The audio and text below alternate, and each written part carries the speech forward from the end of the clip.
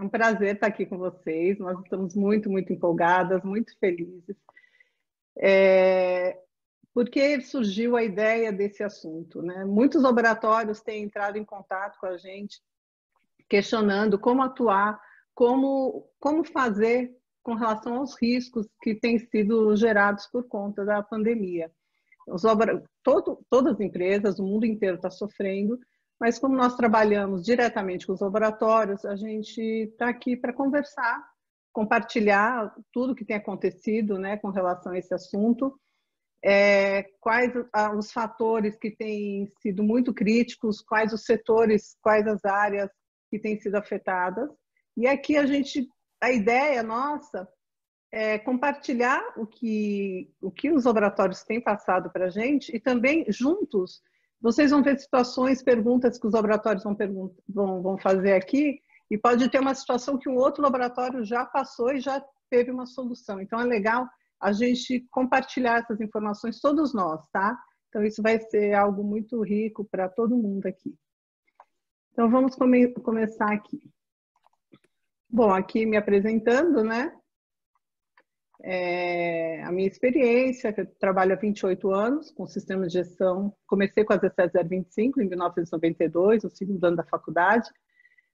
E desde então eu fui me aprofundando em outras normas também, mas sempre o meu xodó foi a 17025, né? Aquela norma que eu comecei e acabo ficando sempre entre os laboratórios.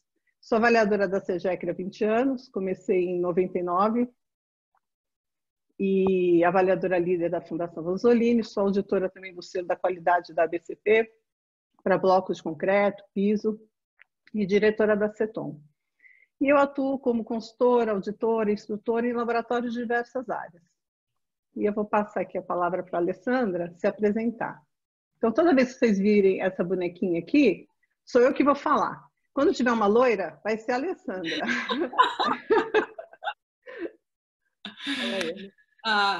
Obrigada, Paula. Estou muito feliz também de estar aqui. Agradeço o convite da Paula pela CETOM, que isso é uma iniciativa dela e da empresa dela. Agradeço o convite. Eu acho que para a gente é um grande desafio. A gente está quebrando o nosso gelo, né, Paula, em relação a poder fazer esse movimento dentro do mundo online, porque esse desafio foi apresentado para a gente tem que lidar com ele. Então, estamos aqui aprendendo também junto, né? Bem, meu nome é Alessandra Paroni, eu sou engenheira de alimentos de formação, segui carreira acadêmica, e estudei na Unicamp, fiz mestrado, doutorado, tudo em sequência, logo depois da graduação, e fui ser docente. Fui ser professora da Escola de Engenharia Mauá, onde fui docente por 15 anos. E naquele período também, uma época, eu comecei um pós-doutorado na USP e depois eu fui convidada pelo Inmetro para poder ser avaliadora da SEGEC, isso há 14 anos atrás. E aí eu peguei e fui mordida por um mosquitinho, que eu não sei exatamente como é que ele é, e me deu uma grande vontade de continuar atuando nessa área. Então faz 5 anos eu me desliguei da Mauá, e agora eu só atuo como avaliadora, líder e técnica na 17025, na 17034, na 17043 também, nas áreas técnicas, e também sou avaliadora líder. E tenho uma empresa de consultoria que atua em treinamento, consultoria e auditoria interna também na área da 17025, dessas 3 normas, na verdade. Então é isso. Ok. Bom, eu vou aqui diminuir vocês, porque vocês estão na frente da minha tela. Pronto. Bom, então vamos lá, definições, né? O foco aqui não é um treinamento de gestão de riscos, tá? A gente só vai dar uma introduzida aqui, né? Para não começar a falar do nada. Então, a gente vai introduzir o que a 31000 fala sobre riscos e as formas de identificação de riscos. E aí sim a gente vai entrar no assunto que é foco hoje, que é sobre os riscos na pandemia, ok? Então, de acordo com a 31000, o risco é o efeito da incerteza nos objetivos, certo? Bom, o que quer dizer isso, né? qual o potencial de desvio que a gente tem em relação ao esperado. Então, o que é o nosso esperado? Nós temos os procedimentos onde a gente define critérios, requisitos que devem ser atendidos, que é o que nós esperamos, sempre prezando a validade dos resultados, certo? E se algo sai fora desse esperado, ou se tem um risco, né, um potencial risco de sair um desvio em relação a esse esperado, é um risco. Ele pode ser positivo ou negativo, ou pode ser as duas coisas, resultando oportunidades ou ameaças, tá? Então, vamos lá.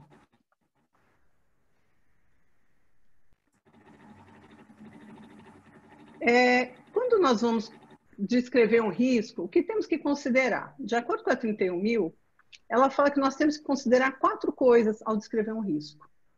A fonte, né, qual o potencial de dar origem ao risco, no nosso caso atual, a pandemia Covid-19, evento, alguma mudança de circunstância. Então, eu peguei um exemplo de calibração de um equipamento, tá? Então, não atendimento ao cronograma de calibração, é um evento, é uma mudança de circunstância. E qual a probabilidade disso acontecer? É possível, por causa da escassez dos provedores externos. Que consequência vai gerar? Qual impacto vai gerar?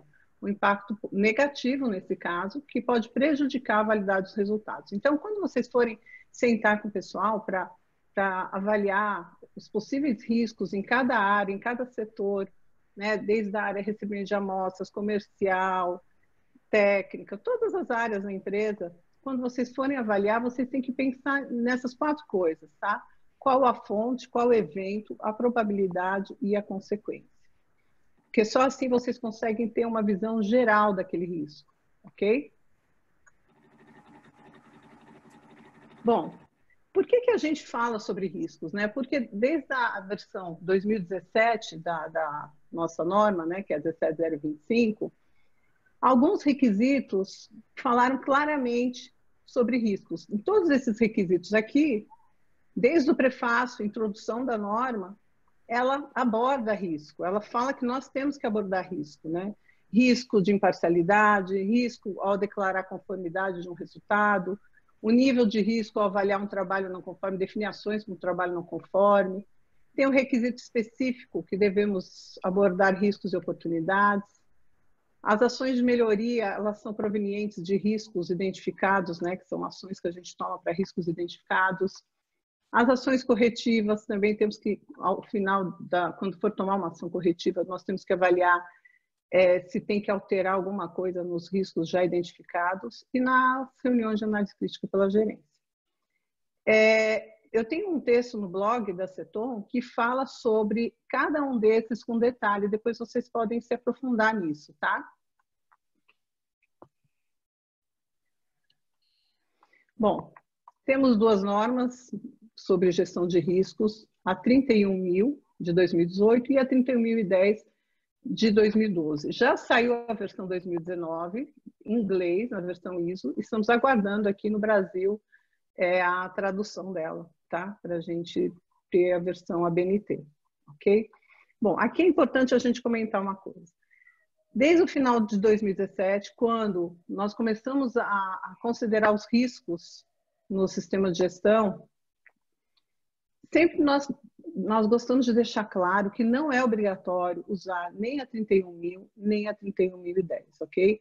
O que é importante, o que é suficiente, que os laboratórios demonstrem que procuram identificar esses riscos, que tomem ações que definam, avaliem a criticidade, o impacto, definam ações responsáveis, prazos, monitoramentos e avaliação de eficácia. Só que, assim, com o passar do tempo, como a norma ela foi publicada, a 17025, final de 2017, nós estamos em 2020, o que eu tenho percebido, uma vontade dos laboratórios em aprimorarem isso, né? Eles começam a procurar, mas eu gostaria de entender melhor a 31.000 para ver o que eu posso melhorar na minha gestão de riscos. A 31.010, que são as técnicas estatísticas para avaliação e análise de riscos, o que eu posso também aproveitar na minha gestão de riscos. Então, assim, elas estão aqui como fonte, como base, mas eu deixo claro que não é obrigatório que vocês considerem elas no sistema de gestão de vocês, tá? Bom, aqui tem algumas formas de identificação de risco, análise e avaliação de risco, né? Normalmente, a forma mais comum, mais utilizada é o brainstorming. O pessoal faz, os laboratórios se dividem em setores, áreas, fazem reuniões para ir avaliando cada processo e identificando os riscos conforme forem sido levantados pelo pessoal. E tem as entrevistas, estruturadas ou semi-estruturadas, pode fazer um conjunto disso. O que são essas entrevistas? Vocês já irem com perguntas pré-definidas ou fazer uma entrevista individual ou enviar para as áreas. A diferença entre essas duas formas é que no brainstorming você consegue um número menor de pessoas, né? Porque você está ali numa reunião com algumas pessoas, uns falam mais, outros ficam mais intimidados, então às vezes você não consegue ter muitas informações. Já nas entrevistas, não, é uma coisa individualizada e acaba dando bons resultados. Tem estruturada e semi-estruturada, que são perguntas mais abertas, tá? Então, são formas que a 31.000 define, a 31.010, para identificar riscos. São algumas das formas, tem outras várias, tá? Aqui eu estou colocando as mais comuns. E aí tem análise e avaliação de risco. O que a gente vê mais comum é uma matriz de probabilidade de consequência e com base no grau, né, no nível de risco, se dá um nível alto, faz um vezes o outro, se dá um nível alto, as ações têm que ser tomadas imediatamente. Média, pode esperar um pouco, e baixa, às vezes eu vejo o pessoal tomando ação, às vezes nem toma, né? Depende da quantidade de riscos que foram identificados. Eu vejo nos laboratórios que quando identificam muitos riscos, eles só tratam o alta, né, o que dá alta, e depois, aos poucos, eles vão tratando os outros riscos. Análise de causa e efeito e análise de modo de falha e efeito FEMEA, no fundo, acaba sendo a mesma coisa, só muda a forma de abordagem e detalhamento, né, porque no FEMEA ele pede os controles, a periodicidade desses controles. Então, assim, só para situar vocês. Mas vamos supor, não, mas meu laboratório não usa nenhuma dessas ferramentas. Tudo bem, não tem problema. Vocês identificam o risco, provavelmente por brainstorming, conversando com o pessoal, avalia se é crítico, qual a probabilidade, define ações responsáveis, prazos, monitora e eficácia, ok? Bom, agora sim, vamos entrar no assunto aqui mais crítico, né, que foi o objetivo dessa nossa conversa aqui. E a pandemia Covid-19, né? E agora? Eu tenho vários riscos novos agora. Então, eu e a Alessandra vamos conversar sobre algumas situações que a gente veio, o pessoal foi consultando a gente, e possíveis soluções também, tá? E aí, se vocês tiverem soluções adicionais para cada risco que a gente for colocando aqui, eu peço que vocês escrevam no chat, que vai ser legal compartilhar com todo mundo, tá? Bom, temos um risco de confidencialidade agora, né? Porque agora o pessoal está trabalhando em casa, os colaboradores têm acesso a todos os documentos da empresa, coisas que às vezes ficava na intranet, acesso restrito, ninguém baixava, ou mesmo fora da intranet, né? Ficava na empresa, ninguém podia levar aquilo. Então, agora todo mundo leva para casa para trabalhar no home office. Os registros são gerados na residência, na casa das pessoas, então atrapalha um pouco também o controle desses registros. Nós temos definido o controle, onde os registros são guardados, quem tem acesso, né, todos os controles. Então, às vezes, vocês têm que alterar a forma de controle de registro, fazer uma forma na nuvem e redefinir isso com o pessoal. O que a gente tem de possíveis ações? Reavaliar o termo de confidencialidade, prevendo essa nova situação dos seus colaboradores terem um acesso maior aos documentos e registros. Então, algo no sentido de preservar todos os documentos para não vazar, para não deixar, para as informações serem protegidas, né?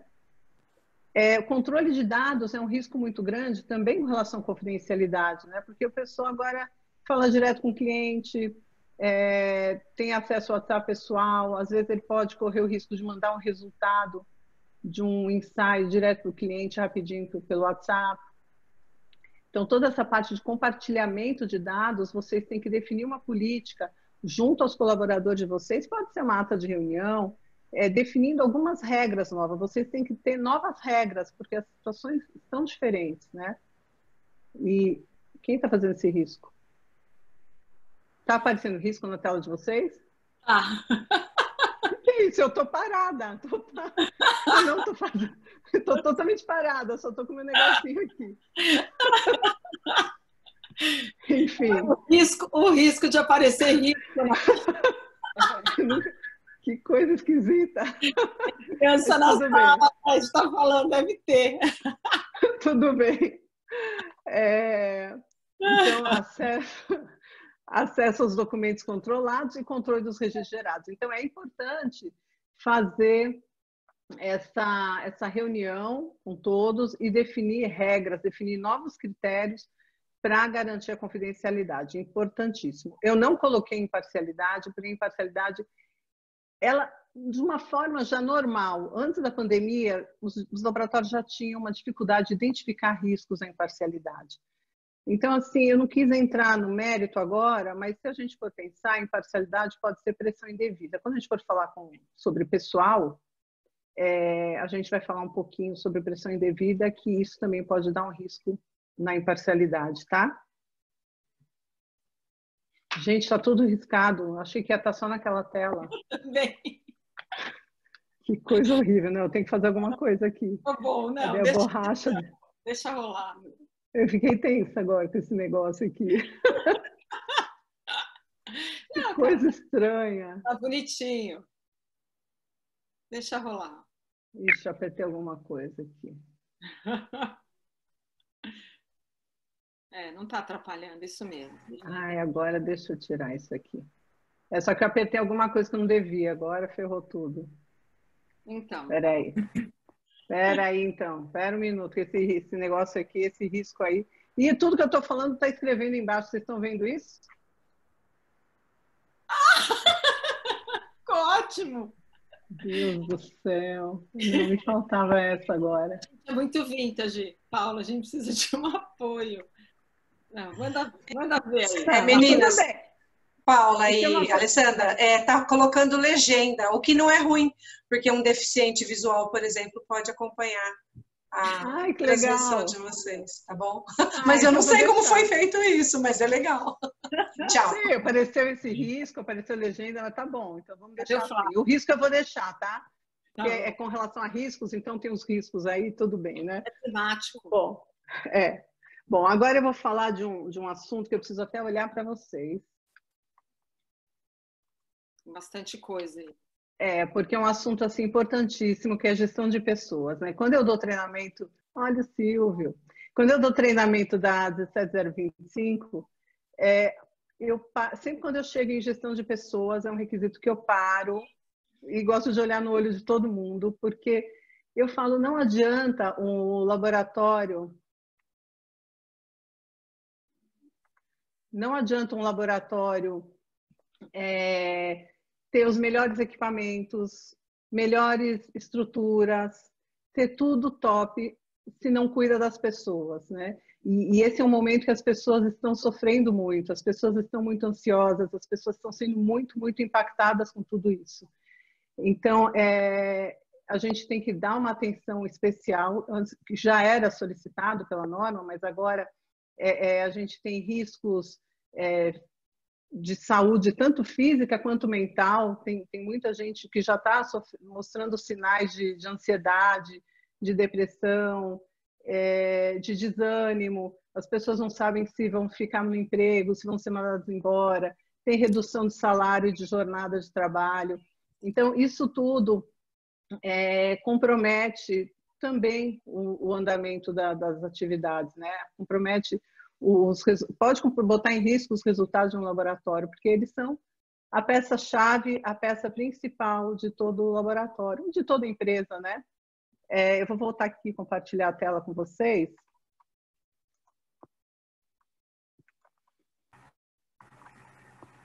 Ai, saíram os riscos. Muito bom. Então, assim, queda na produtividade, comprometimento da validade dos resultados, pressão indevida, sobrecarga. Porque o que acontece aqui, né?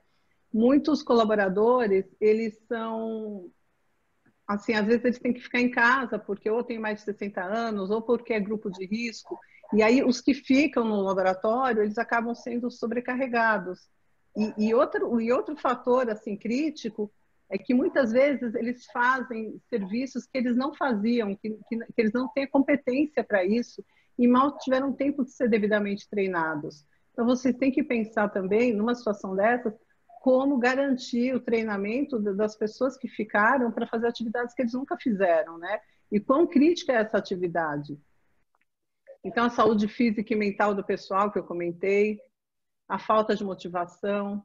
Outro ponto crítico é a demissão de colaboradores qualificados. Isso também é um fator assim que a gente se preocupa, porque às vezes o laboratório tem colaboradores há, sei lá, 10 anos fazendo aquela atividade, super, ultra qualificados, e eles precisaram ser demitidos. E depois, quando tudo passar, vão ser contratados outros e vão ter que passar novamente por treinamento, e dependendo da criticidade da atividade, vai demorar para você construir aquela competência que você tinha, né? Então, assim, o que a gente tem que levar em consideração em tudo isso, né? Então, cada risco desse que a gente coloca aqui, vocês vão identificar na planilha de riscos o que for apropriado para vocês, tá? Bom, mas o que a gente pode pensar em soluções? E o que levar em consideração? Supervisão do pessoal no home office. Então, fazer uma análise dos registros, reuniões diárias online, essas reuniões fazer sempre de manhã, antes de iniciar as atividades, conversar com o seu pessoal e também no final do expediente, verificar o que eles fizeram, saber deles, como eles estão também, ter uma conversa, independente do trabalho, como eles estão passando por isso, familiares, ter uma preocupação, né? Sentir como eles estão. Aumento nos controles internos, que a Alessandra depois vai falar na garantia da validade dos resultados, ela vai falar desses controles internos. A comunicação sempre é um fator um pouco complicado, né? A comunicação interna. Em laboratórios pequenos isso é mais fácil, porque está todo mundo ali, todo mundo se comunica, mas em laboratórios grandes, como que é essa comunicação? É importante que os colaboradores saibam o que a direção está pensando, como que a direção está se estruturando nessa situação, como a empresa vai se comportar, porque aquela coisa de ninguém saber o que está acontecendo, de ninguém saber o que vai acontecer, dá uma ansiedade, uma angústia muito grande, né? Então, ficar mais perto do pessoal, supervisionar e manter uma conversa. A gente tem Skype, tem Zoom, tem Hangout, tem várias formas que a gente consegue fazer isso, tá? Redução do quadro de funcionários, então acaba tendo acúmulo de funções, prazos e falta de treinamento que eu falei lá em cima. E o transporte dos colaboradores, falta de EPI. Então eu tenho um cliente que falou que está pagando Uber para todos os colaboradores e outros, um busca o outro na casa dele para preservar a segurança física, né? A parte EPI está em falta, então como vocês vão fazer para providenciar esses EPIs, procurar provedores de EPIs e, enfim, tomar todas as ações necessárias para garantir o bem-estar físico e mental e a competência acima de tudo, porque como a gente vai garantir um resultado válido? Nós somos um laboratório, a gente tem que garantir essa validade dos resultados. O nosso cliente, ele precisa que os nossos resultados sejam confiáveis. Tá? Eu vou passar a palavra para a Alessandra, que eu acho que o próximo... Você quer complementar aqui alguma coisa ou vai falar o próximo direto, Ale? Eu acho que essa questão a gente vai ter que ter uma dinâmica meio que diária até, para cuidar disso. A Paula fala das reuniões, porque o cenário está mudando todos os dias. E a cada dia que passa, eu escuto de pessoas mais próximas a nós que foram infectadas ou estão com suspeita. Então, às vezes, você se adequa dentro do seu laboratório para uma determinada situação, se organiza, e de um dia para o outro, uma pessoa-chave sai fora daquela organização. Porque a mãe, ou o irmão, ou ela mesma está com sintomas, e a gente tem que pôr aquela pessoa isolada em casa, e ela para de ir para o laboratório. E como a gente está falando aqui da gestão de pessoas, tem a parte administrativa, a parte do sistema de gestão, mas em laboratório a gente não tem o que fazer, a pessoa tem que estar na bancada.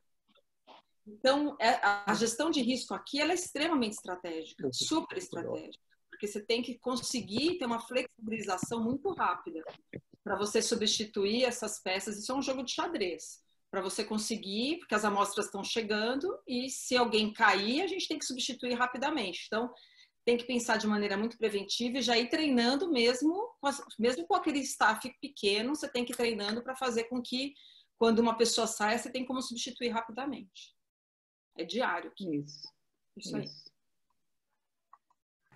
Agora a Alessandra vai continuar falando aqui. Bem, o que a gente foi identificando riscos? Eu vou falar da parte mais técnica, dos requisitos técnicos. E aí eu comecei a ouvir de pessoas que trabalham no laboratório e estando com algumas questões de problemas de fornecimento de serviços. E aí a gente começou a pensar nos riscos, como é que isso podia afetar a dinâmica do laboratório. Então, num primeiro momento, a gente foi pensar nos requisitos de equipamento que são bem críticos. E quando a gente fala em equipamento na versão 2017 da norma, ela envolve vários insumos, reagentes, os materiais de referência, consumíveis, equipamentos auxiliares. Não é só o equipamento mesmo, o alvo que a gente tem dentro do laboratório. E um dos riscos que estão associados que a gente percebeu é a gente não conseguir calibrar. A gente não conseguir calibrar porque o laboratório de calibração, por alguma razão, não está com disponibilidade, porque ou todo mundo está em quarentena, ou ele fechou, ou ele não está disponível. A outra possibilidade é porque não consegue mandar o equipamento para lá, o prazo não está conseguindo atender, então ele não consegue mandar o equipamento. Ou o contrário, as pessoas que estão em locais mais remotos no Brasil, a gente está aqui em São Paulo, né? Eu e a Paula, e muitos colegas estão aqui na região de São Paulo, mas muitos estão fora da região de São Paulo. Então, muitas vezes a gente tem que calibrar no local, né? E aí tem que ir lá. Então, balança é um caso, tem que calibrar no local. E como é que você vai fazer um deslocamento quando os aeroportos estão fechados? E aí, como é que você vai conseguir fazer, né? E fazer uma calibração de estufa, por exemplo. Então, a gente vai ter que levar em consideração que você não tem acesso ao serviço e o que você pode fazer para que você consiga continuar operando dentro do seu laboratório, considerando essa mentalidade de risco, considerando o risco e fazendo ele tocar mesmo quando você não consegue calibrar. Então, a gente foi pensando em algumas possibilidades, o que a gente vai levando em consideração. Uma é que você tem, muitas vezes, hoje a norma na versão 2017 pede uma análise crítica do plano de calibração. A gente fazia isso, mas alguns faziam pouco, outras vezes não se fazia. A gente perguntava, por que você calibra todo ano? O cara falou assim, porque sim, então tudo bem. Agora tem que fazer uma análise crítica. E talvez na pandemia a gente tem que fazer isso de uma maneira muito mais efetiva, com muito mais cuidado. Então vão ter equipamentos que a gente calibrava todos os anos, que eu vou falar assim, deixa eu olhar o histórico do certificado de calibração dele e de repente eu consigo estender esse prazo de calibração dele e ele vai funcionar adequadamente, eu vou conseguir trabalhar com ele. E para eu conseguir fazer isso, para eu conseguir estender o prazo, eu preciso aumentar a frequência da checagem intermediária, da checagem funcional desse equipamento. Então, exemplo clássico, sei lá, balança, aumentar a checagem da balança, se eu tiver uma estufa, eu colocar sensores para poder avaliar a homogeneidade, se ela está chegando à temperatura adequada, com mais cuidado para fazer isso. Nas vidrarias, eu posso fazer checagem intermediária, aumentar a frequência. Tem quem usa micropipeta, por exemplo, que é equipamento que a gente calibra muito, pode aumentar a periodicidade de verificação intermediária. Muitos laboratórios fazem a cada 3 meses ou a cada 6 meses, então tenta fazer a cada 2 meses, por exemplo, para garantir e estender o prazo de calibração dos equipamentos, porque é o que temos para fazer hoje, não tem outra situação, é o que temos que lidar. Pode passar, Paulinho. E aí, o que acontece quando a gente tem manutenção? Aí você fala, tem manutenção e aí complicou, né? Se eu tiver problema de manutenção, eu tenho que, na análise de risco, considerar que eu possa, então, pensar preventivamente. Então, se está disponível hoje os insumos ou equipamentos que são usados na manutenção preventiva e eu consigo comprar e eu não sei, a gente não sabe o que vai acontecer nos próximos meses, né? Se a gente soubesse, ia ser genial, né? A gente acha que vai acabar, a gente acha que vai voltar e a gente não sabe de nada, não sabe absolutamente de nada. Então, para trabalhar preventivamente, como a gente não sabe o futuro, se eu tenho peças que eu posso comprar de equipamentos para manter esse estoque reserva, comprar eletrodos, comprar gachetas, comprar o óleo que eu uso na minha bomba do compressor, eu posso comprar eles e manter eles, porque aí preventivamente eu consigo atuar de forma de evitar que aquele equipamento quebre, né? Então eu consigo trabalhar na manutenção preventiva. Se eu não tenho como fazer isso, quer dizer, o equipamento quebra, eu tenho que olhar na análise de risco os equipamentos similares que eu tenho dentro do meu laboratório que possam exercer o mesmo trabalho, mesmo que não com a mesma rapidez, com a mesma produtividade, mas com a qualidade equivalente, porque a qualidade do resultado não pode ser afetada. Então, eu vou olhar no meu laboratório para saber se esse aqui quebrar, eu já vou entrar com esse aqui. Então, se a minha chapa de aquecimento quebrar, eu vou usar esse banho que eu tenho aqui. Lembra aquele banho que era meio devagar? Eu sei que eu tenho ele. Então, na análise de risco, eu vou colocar lá na mitigação os equipamentos que eu posso trabalhar junto, caso aquele quebre e eu não tenha como consertar.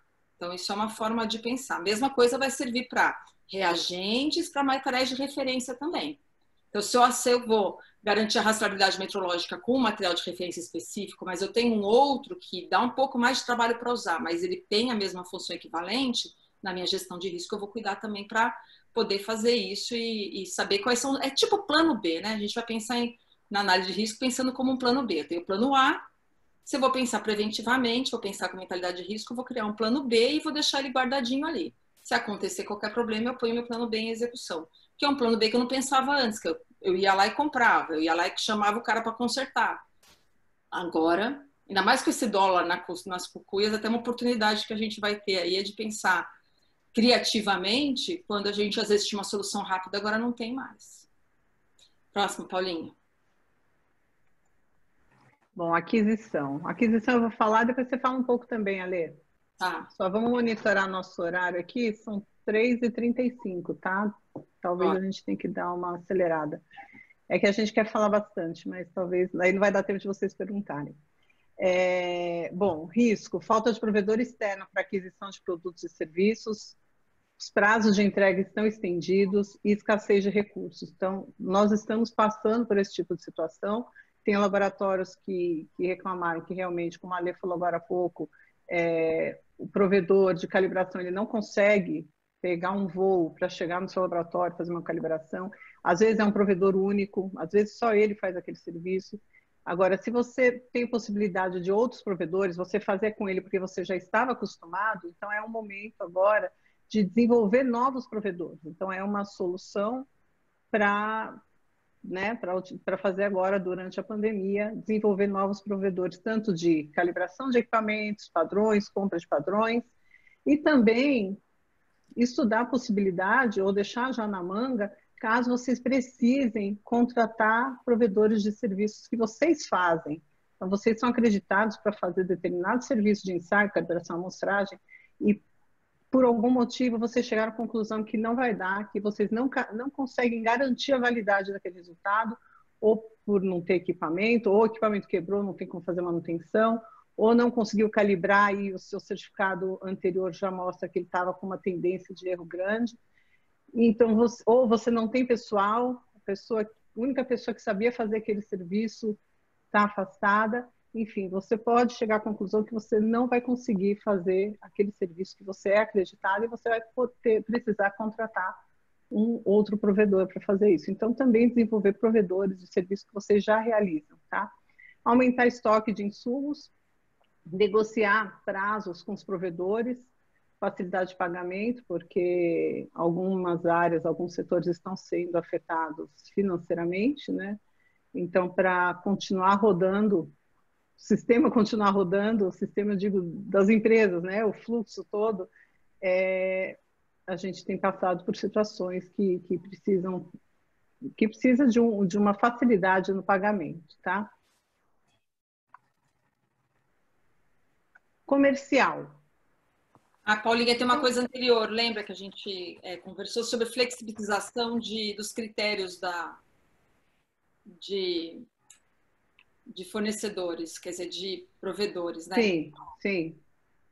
Fala Porque isso. A gente cria critérios muito rígidos para aquele momento, e em época de pandemia é uma pandemia. Então, às vezes, aquele cara que tem que ter 9001 válido, talvez agora ele possa não ter e prestar serviço para isso. Então, a gente tem que rever, talvez, os critérios que a gente usou de fornecedor, tanto para seleção quanto para avaliação depois, porque é o que vai estar disponível. Né? Isso. Agora. Comercial. Bom, nós temos alguns riscos aqui no processo comercial. Não atender a solicitação do cliente, não ter como atender. Não atender os requisitos que eu já havia acordado com o cliente, no caso de um contrato contínuo, um contrato anual que eu fiz em janeiro, sem imaginar que tudo isso ia acontecer. Não considerar a situação atual na análise crítica dos pedidos e inadimplência. Esse terceiro aqui, o que acontece? Muitas vezes a área comercial ela já está acostumada a vender determinados serviços, ela nem precisa consultar a área técnica, não precisa consultar ninguém, então ela já sabe que o laboratório faz aqueles serviços. Né? Então, vamos pegar um exemplo de serviços que já são acreditados e o laboratório sempre faz. Então, quando entra esse pedido, o comercial já tem aquele prazo definido, já sabe o que o laboratório faz, pega e manda a proposta. Mas aí tem um risco, porque agora a gente não sabe mais. A área comercial tem que estar em contato direto com a área técnica para ter certeza, olha, está entrando o pedido desse serviço aqui, a gente continua conseguindo fazer, a gente tem equipamento, temos insumos, temos pessoal, e o prazo, né? Essa redução de jornada e o prazo. Eu mantenho mesmo, vamos alterar os prazos. Então, isso tem que ser levado em consideração, esse contato contínuo da área comercial com a área técnica e rever essas situações, se necessário, tá? E com relação à inadimplência também é um risco, né? Eu tenho visto alguns clientes comentarem, olha, eu estou trabalhando normal, graças a Deus, minha área não foi comprometida, porém, os meus clientes não me pagam. Então, eu vou ter que fazer redução de jornada e redução de salário, enfim. Embora o laboratório esteja trabalhando normal. Então, ver o que fazer com relação a essa inadimplência, conversar com seus clientes, ver um prazo de pagamento estendido, algo que vocês tenham certeza que depois, né, que vocês saibam quando vai entrar esse dinheiro. Deixa eu ver se eu esqueci de alguma coisa aqui. Então, definir novos prazos, serviços rotineiros fazer essa avaliação, redefinir prazo estendido, e trabalhar com clientes confiáveis. Isso aqui a gente resolveu colocar porque tem aqueles clientes que já antes da pandemia davam trabalho para pagar. Então, assim, você pode continuar com eles, mas é um risco, né? É um risco de não receber mais ainda agora em situação de pandemia. Então, avaliar isso, tá? Paula, o Lincoln falou aqui nas mensagens, ele faz uma coisa que é interessante, mas eu vejo que às vezes é um pouco complicado de conseguir fazer, que você pode resolver essa falta de pessoal, esse novo realinhamento dos processos comerciais, se você tiver um sistema informatizado, um LIMS no laboratório, por exemplo, implementado. Então, é uma oportunidade que você fala, poxa, vou implementar agora um sistema LIMS no laboratório para eu conseguir, né, ver a capacidade analítica, ajustar todo o estoque, as pessoas que eu tenho e tal. O problema é que esses LIMS não são muito rápidos de implementar, né? Eles são demorados, mas é uma situação, assim, algo que possa até trazer uma melhoria para o laboratório para depois, né? Uma oportunidade que vai ter aí. Você, Alê. Amostragem. A amostragem tem sido um grande desafio nos laboratórios atualmente, né? Porque dentro do laboratório a gente consegue se preservar, né? Muitos laboratórios na área de microbiologia e ensaios químicos, na área de cosméticos, farmacêuticos, a gente já tem toda uma cultura de uso de EPI. Então, dentro do laboratório já tem boas práticas, as pessoas já estão acostumadas. Mas tem muita gente que vai para a rua para fazer amostragem. E aí a gente tem que levar em consideração e cuidar desses riscos todos. Bem, então a gente tem o risco de não realizar a amostragem. Então, tem clientes que estão cancelando aquelas que eles podem cancelar, eles estão cancelando a amostragem, eles não querem ninguém de fora, porque eles também não querem contaminar a empresa, eles não querem ninguém de fora entrando dentro do prédio deles. Então, algumas amostragens, então a gente elimina o risco de contaminação na amostragem, porque simplesmente não tem amostragem. Mas isso é um problema para os laboratórios, né? Então, às vezes a própria empresa está fazendo a amostragem e está mandando. E o risco que a gente tem sério é o pessoal que está indo fora, caminha na rua e caminha em hospital, que é um grande risco, que é uma amostragem que não parou, aliás, aumentou, né? E ele vai e leva para o laboratório o que ele está trazendo, né? Não só a coronavírus, como outros vírus também. Então, mas agora a gente tem, porque o coronavírus é altamente contagioso, então é um vírus que tem que ter muito mais atenção. Então, esses são os riscos que a gente está vendo. É não fazer a amostragem ou ter uma amostragem em intervalos maiores, mas esse risco é do cliente, esse risco não é do laboratório. É o cliente que decidiu não fazer sua amostragem, o cliente que decidiu ele fazer a amostragem dele, é o cliente que decidiu aumentar o intervalo de amostragem. Então, o laboratório, na verdade, ele fica nessa demanda logística do cliente, né? E tem o risco também de você não conseguir se deslocar, né? Porque, afinal de contas, agora a gente está cheio de restrição, então tem que readequar tudo isso. Então, o que a gente leva em consideração aqui? Que tem que aumentar a quantidade de EPIs e a qualidade dos EPIs. Então, se possível, você vai comprar outro tipo de avental descartável, você vai comprar outro tipo de máscara que seja mais segura para o seu analista, principalmente se ele for em ambientes que a gente sabe que está circulando o coronavírus, como um hospital, por exemplo. A gente vai criando outras formas de procedimento de segurança dos amostradores também, trocando o sapato. Então, o sapato que ele entra dentro do hospital, quando ele vai entrar no carro, ele troca o sapato, ele higieniza dentro do carro, ele usa álcool, coisa que ele não fazia antes. A caixa é higienizada, ele troca um monte de vezes de luva. Então, a gente tem que olhar o processo do amostrador, né, e levar em consideração que a gente pode implementar procedimentos adicionais, pensando que nem microbiologista louco mesmo, né? Pensando que tudo que pode contaminar, usar óculos de proteção, com cuidado que geralmente a gente não usa dentro de ambiente, monitorar a condição de saúde dos colaboradores, então medir temperatura, tem laboratório, por exemplo, que agora que eu faço consultoria, que eles medem a temperatura de todo mundo que entra todos os dias. Todo dia tem medição de temperatura. Se a pessoa não se deu conta, está medida. É uma coisa, é só isso, né? Então, você está se sentindo bem, você teve tosse, está monitorando a temperatura. Então, dos amostradores tem que fazer isso com muita frequência. E a outra coisa é trabalhar junto com o cliente, porque o cliente, muitas vezes, ele sabe que tem que fazer a amostragem, mas ele não tem o conhecimento técnico para poder espaçar ou não esse plano de amostragem, essa frequência de amostragem. Então, uma forma de mitigar esse risco de contaminação é mudar, de repente, a forma e a frequência da amostragem e, de repente, aquelas amostragens que eram feitas meio picadas, para você fazer uma parte de água, uma parte de ar, uma parte de efluente, você aproveita e vai lá no lugar e já faz todas e coleta todas as amostras de uma única vez. Essa é outra forma que dá para trabalhar aqui. Próxima, Paulinha. E na recepção de amostra, estou acompanhando essa coisa do amostrador, toda amostra que chega no laboratório, ela tem que ser trabalhada como a gente está fazendo agora com as nossas compras de mercado, né? Então a amostra chega, então a gente tem que fazer um bloqueio, né? Onde ela chega, dali para frente a pessoa pisou da rua, então tem que ser um lugar que a gente tem que ter limpeza frequente, e a caixa toda, a forma como aquela amostra chega, tem que ser totalmente higienizada, com muito mais cuidado do que a gente fazia antes. E eu entendo que agora é o momento para a gente ter um risco grande da amostra chegar vencida. Se ela vier de longe, ela chegar vencida com a temperatura fora.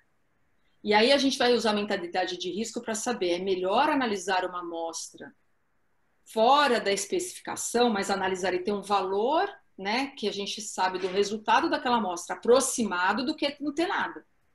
Eu tenho uma ideia de como está a minha estação de tratamento de efluente do que não saber nada. Então, a gente vai ter que dar uma flexibilizada. Então, o laboratório tem que saber que ele pode receber uma amostra fora do prazo, que ele vai relatar isso no relatório de ensaio, que ele não pode deixar de relatar, e o cliente vai saber que aquele resultado está comprometido, mas é o melhor possível dentro da pandemia. Né? E os avaliadores também vão entender que essas condições vão acontecer, porque a gente está muito longe da idealidade. Então, tem que ser avaliado cada caso e pensar dentro desse aspecto. É melhor um resultado aproximado do que nenhum resultado. Próximo, cara. Tá. E aí a gente vem para o coração, né? Que é o que a gente não abre mão. A gente não abre mão da validade do resultado. Esse risco não dá para levar em consideração. Todo o resto a gente trabalha para evitar que a gente comprometa o resultado que esteja no relatório, salvo a exceção que eu acabei de falar, de amostra que chega vencida, que é o lugar mais, o resultado mais aproximado que eu possa ter. Agora, de resto, se a amostra chega na validade e ela passa na análise crítica, o laboratório, mesmo com todos os riscos associados à pandemia, tem que zelar pelo resultado que está acontecendo no relatório dele de ensaio ou no certificado de calibração, não pode ser comprometido. Então, o que a gente está identificando como risco? É a falta de provedores, os provedores não estão tendo como cumprir com os seus cronogramas, por uma questão de logística e distribuição. A mesma coisa acontece com materiais de referência, né? Eu coloquei os secundários porque se for um material de referência primário, não tem o que fazer, se perde rastreabilidade metrológica, a gente não consegue fazer ensaio, não tem plano B. Né? Material de referência tem que ser usado na validade 100% das vezes. E tem que ser MRC, não tem o que fazer. E você pode, por conta da dinâmica dentro do laboratório com pouca gente, diminuir os controles. E é exatamente o contrário que a gente tem que fazer. Se a gente se encontrar numa condição onde a gente não está conseguindo cumprir com tudo que a gente deveria, a gente tem que aumentar os controles de qualidade interna.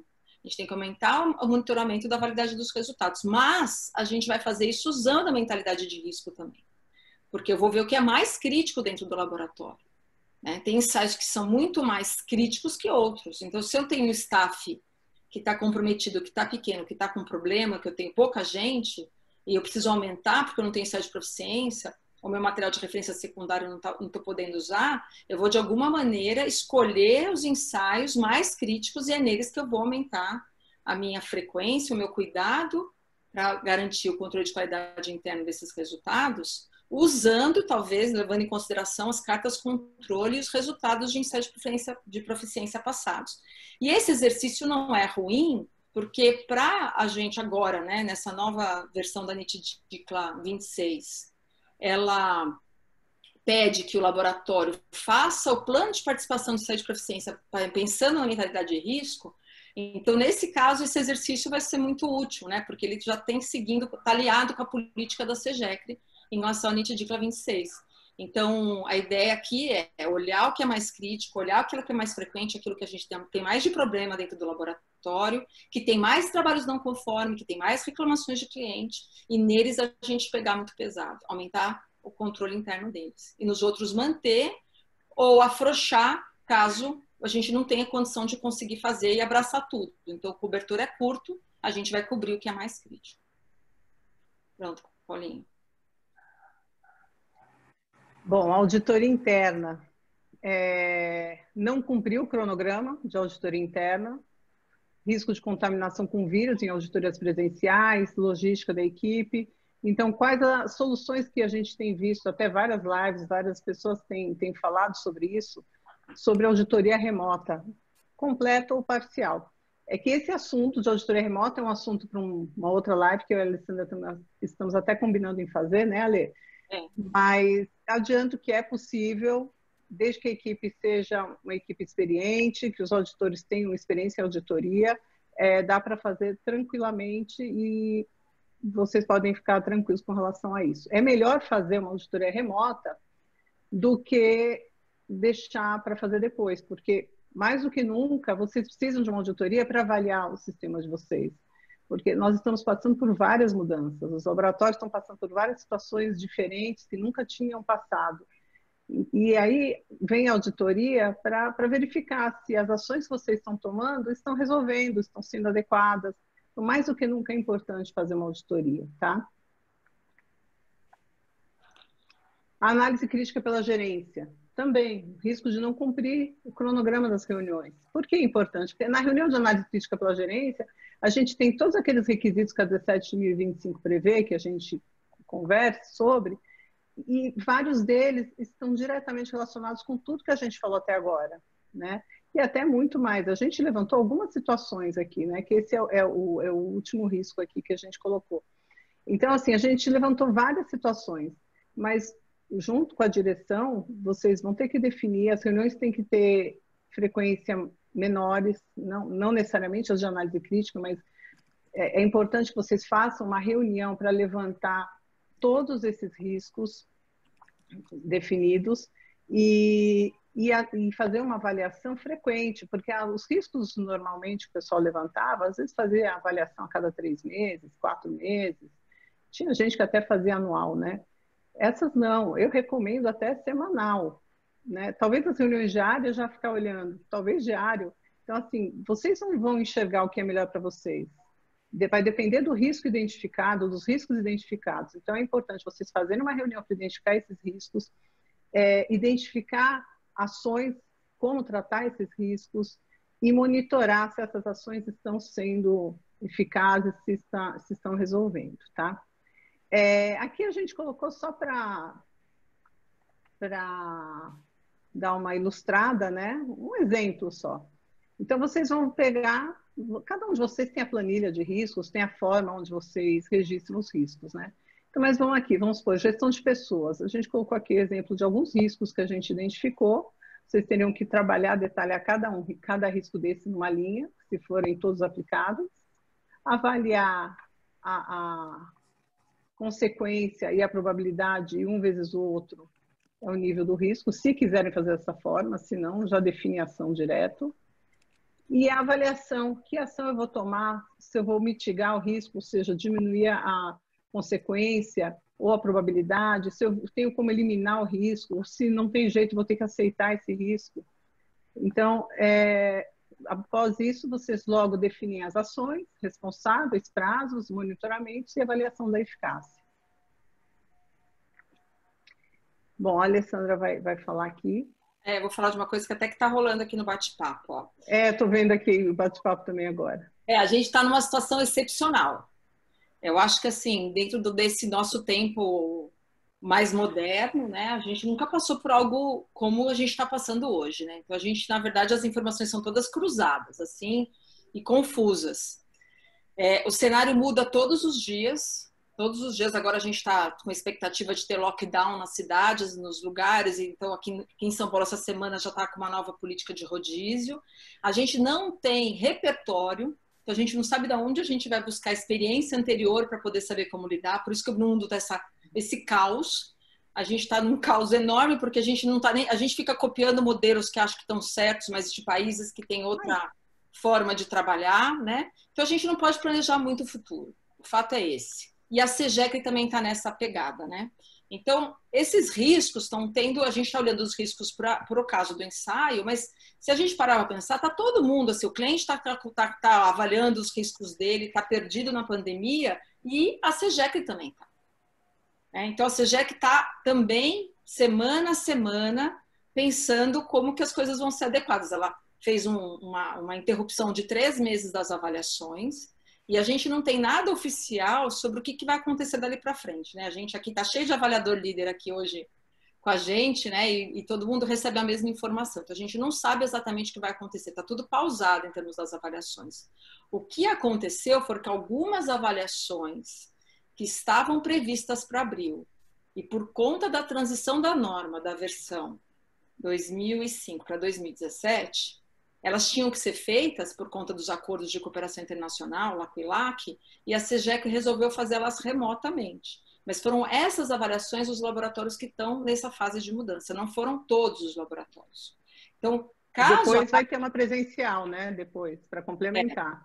E teve de mudança de endereço, então, assim, está tendo algumas avaliações remotas, excepcionais, mas ainda não se criou uma política para isso. Na CEGEC isso não tem, a gente não teve nenhuma informação em relação a isso.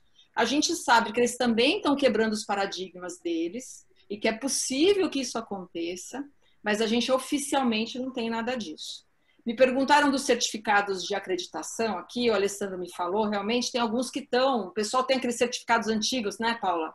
Sim, sim. Vão vencer, mas assim, a política nova é que todos esses certificados vão ser emitidos de maneira sem prazo de validade, né? Sem validade, isso. Então, agora, quem não tem esse certificado, acho que vale a pena conversar com o seu gestor de acreditação para saber o que vai acontecer.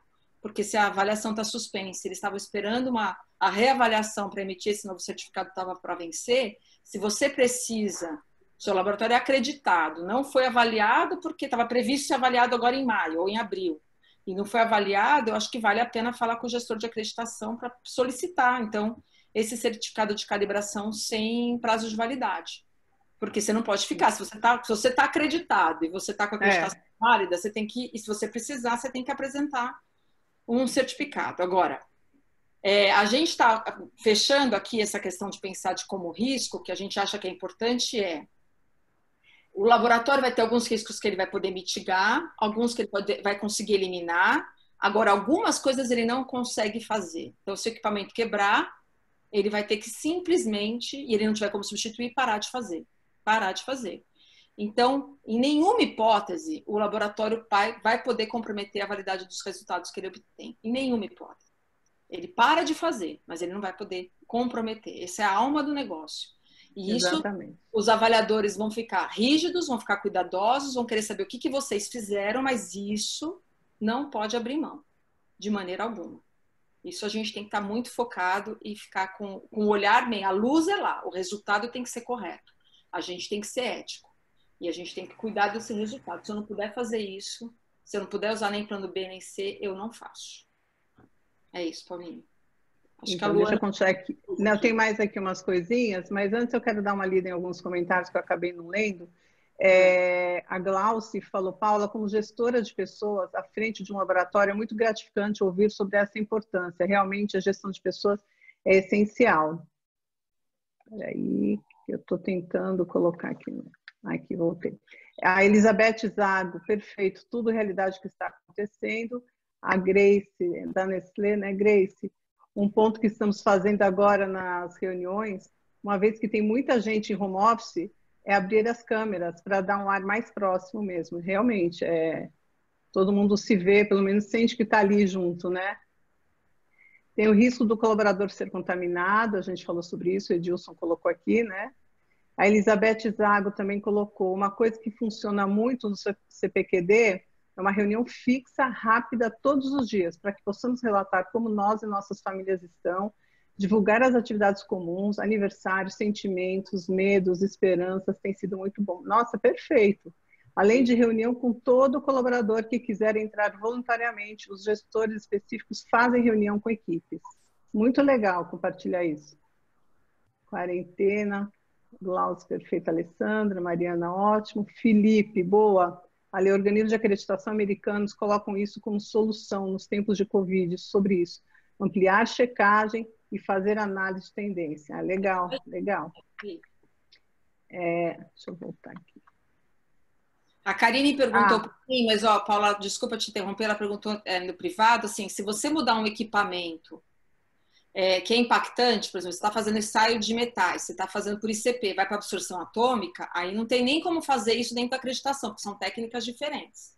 Você só vai poder fazer isso com equipamentos similares. E é claro, se você mudar de equipamento é crítica, você tem que fazer pelo menos uma validação daquele equipamento.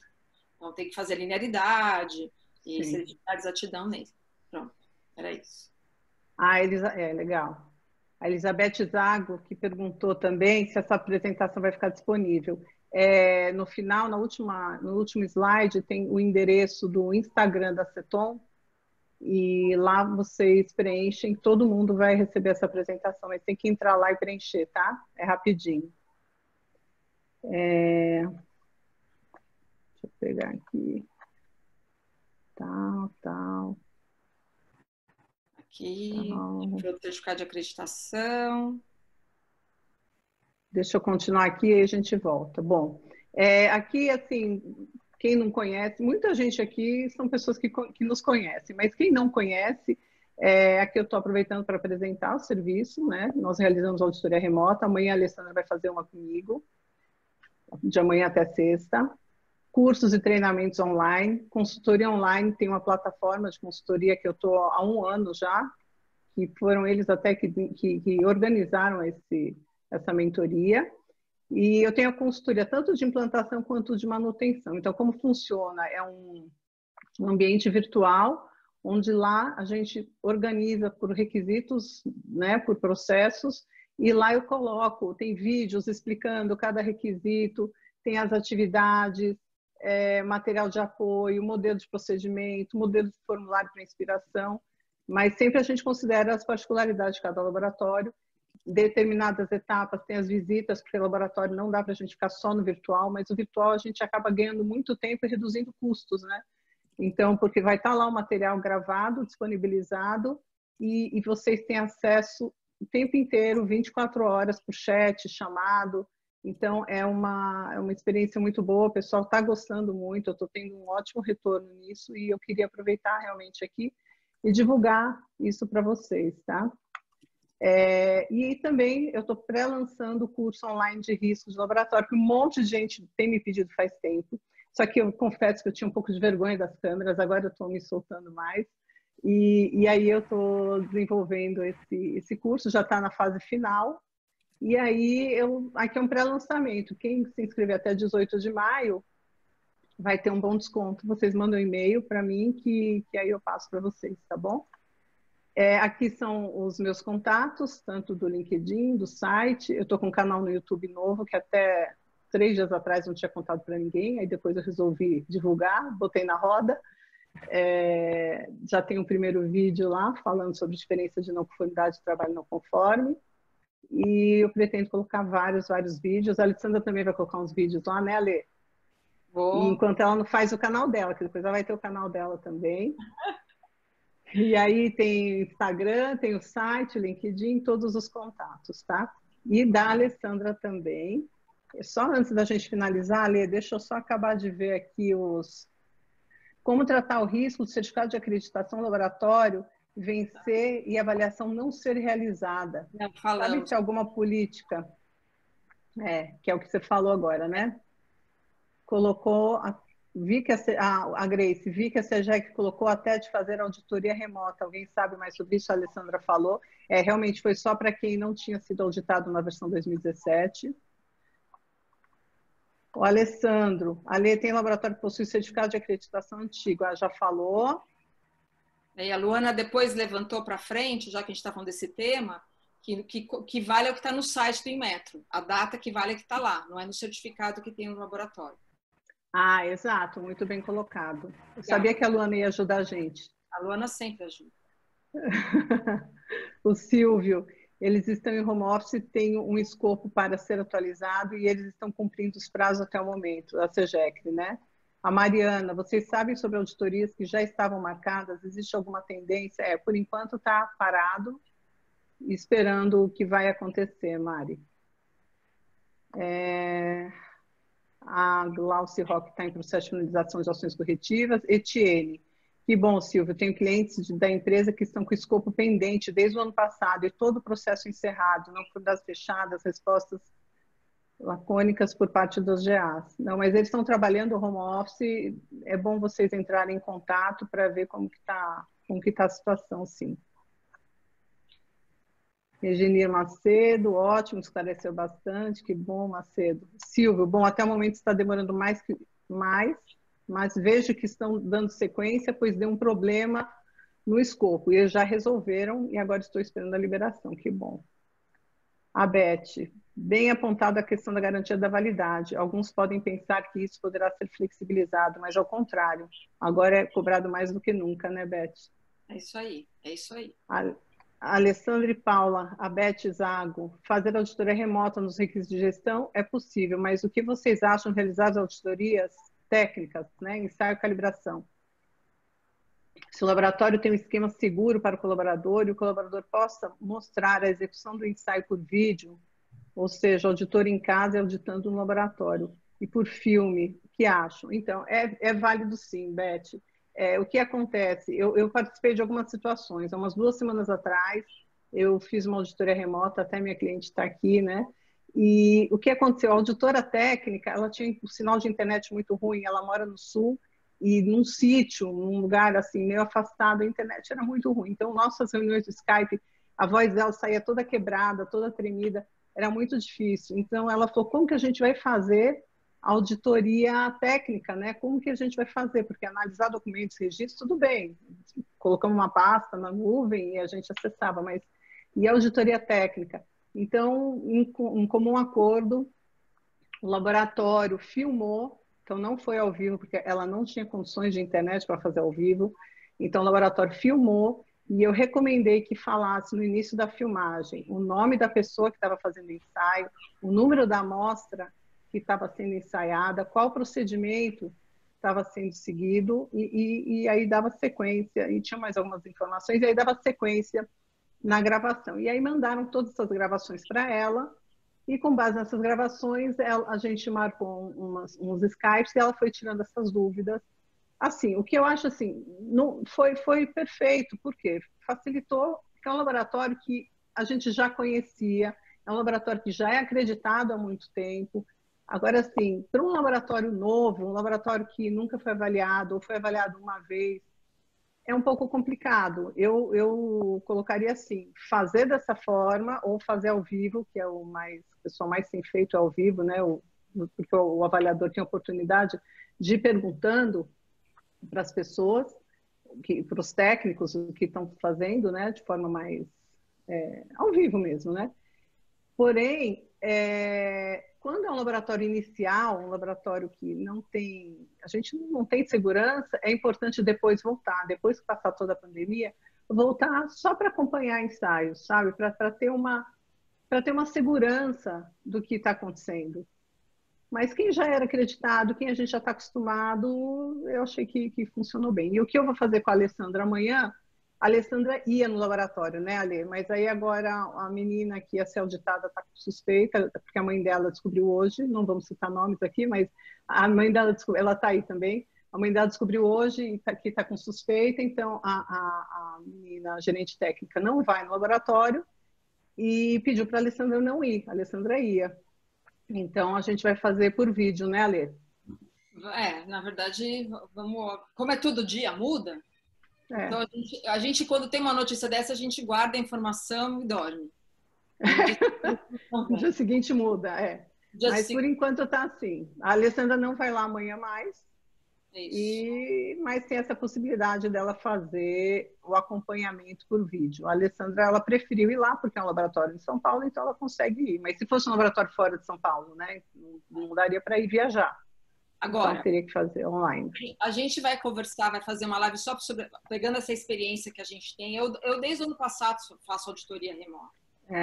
Então, também. Assim, a gente vai conversar sobre isso mais para frente, mas assim, só para vocês terem uma ideia, e eu que faço muita auditoria técnica, né?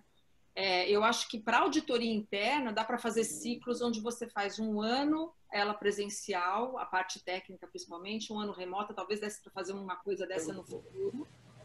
A gente vai começando a pensar, acho que a gente, quando fizer essa mentoria ou live sobre auditoria interna remota, a gente consegue esclarecer um pouco melhor, mas eu acho que a gente quebrou um paradigma, então quando a gente fala a gente vai voltar, eu acho que a gente vai voltar de lugar nenhum, porque voltar a gente volta para um lugar que a gente partiu, e a gente nunca mais vai partir para o mesmo lugar, vai voltar para esse lugar, né? A gente vai para um lugar novo, então a gente está quebrando um monte de paradigma agora, por conta da pandemia, e a gente não tem como voltar atrás. Eu e a Paulinha falando aqui com vocês remotamente, né?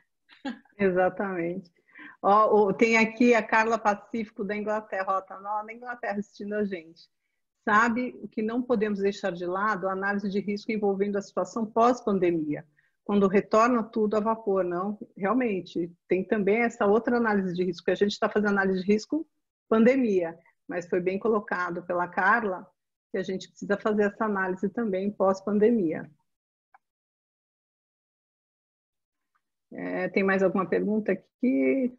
Fizeram auditoria, o João Ulis, prezados como auditores, fizeram auditoria no segundo semestre, devo solicitar do setor riscos associados no período da pandemia? Sim, nós vamos solicitar e nós recomendamos que sim, seja solicitado aos laboratórios como eles identificaram, o que eles identificaram e como eles trataram, quais as mudanças que os laboratórios realizaram, né? Pessoal falando parabéns, que gostaram, a gente que agradece. Bem, se escapou, vocês têm o nosso contato aqui, porque agora a gente vai ter que... A Maristela, fofa aqui, parabéns, Paula e Alessandra, podem seguir com segurança nesse novo formato. Foi objetivo, na próxima seria bom deixar mesmo 10 minutos para perguntas, depois responder o restante por e-mail, só para ficarmos no horário estipulado, isso. Porque a gente acabou passando um pouco, né? Nem sei quanto passou aqui, mas passou. 10 minutos, vamos embora. 10 minutos? Terminamos. Então, então aqui, ó, caso tenha interesse em receber essa apresentação, vão lá no Insta e aproveitem para seguir o Insta da Ceton, @CetonTreinamento, e lá vocês clicam na bio, vocês preenchem, são pouquinhas coisas só para preencher, e aí já fica tudo organizado para mim no Excel, para ficar mais fácil para mandar a apresentação para vocês, tá? Muito, muito obrigada, gente. Deixa eu parar de compartilhar a tela para ver a carinha de vocês. Isso. E adorei, gente. Adorei. A gente vai fazer mais vezes e a gente agradece a participação de todo mundo e a presença de todo mundo. Obrigada, pessoal. Tão gostoso ver a carinha de vocês. Um monte de gente faz um tempão que eu não vejo também, eu não sabia. Muito dá vontade de ficar aqui conversando, não dá? Pessoal, todo eu quero agradecer a Alê, que aceitou participar comigo, né, desse nosso desafio, dessa nossa primeira vez.